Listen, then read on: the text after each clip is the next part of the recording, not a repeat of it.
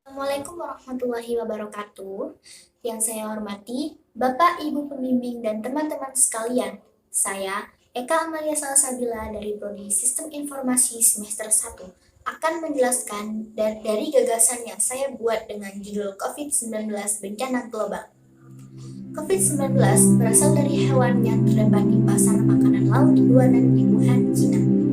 Penularan virus pertama terjadi akhir November atau awal Desember 2019.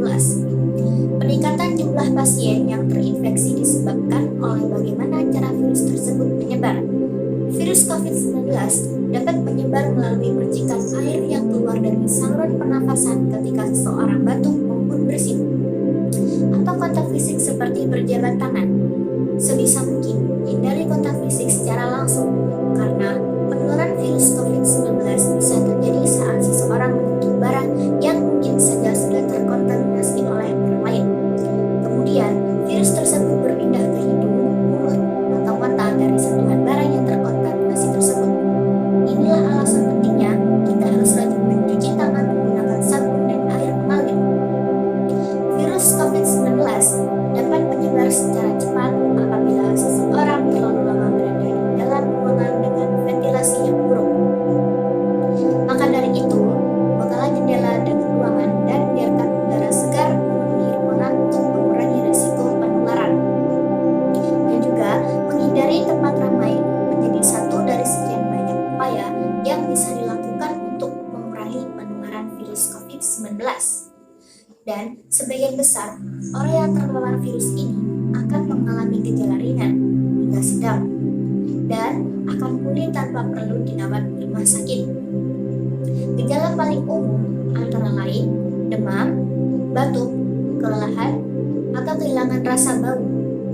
Gejala yang sedikit tidak umum antara lain sakit tenggorokan, sakit kepala, atau diare, dan ruam pada kulit atau iritasi.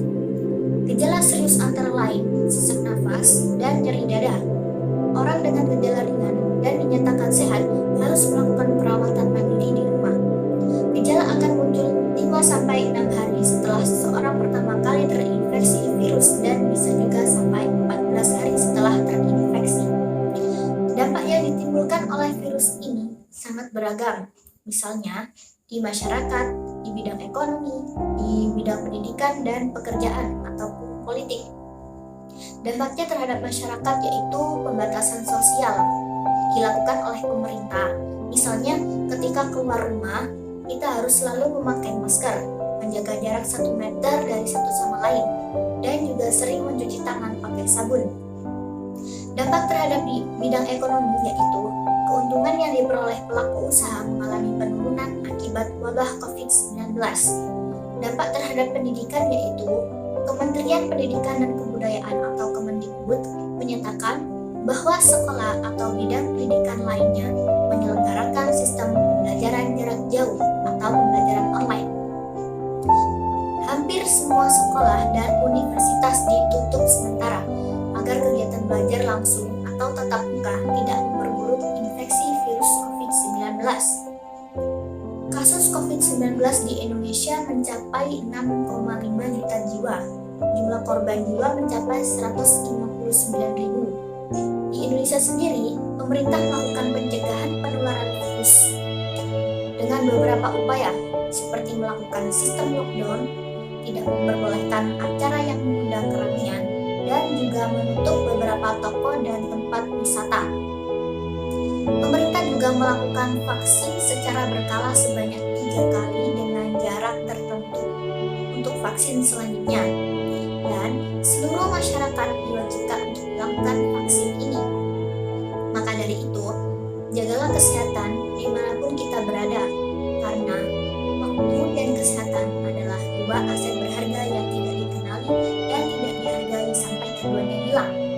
Orang yang mengabaikan kesehatan dirinya adalah orang yang menanggung masalah untuk masa depannya. Saya, Eka Amalia Salsabila, mengucapkan sekian dan terima kasih. Semoga apa yang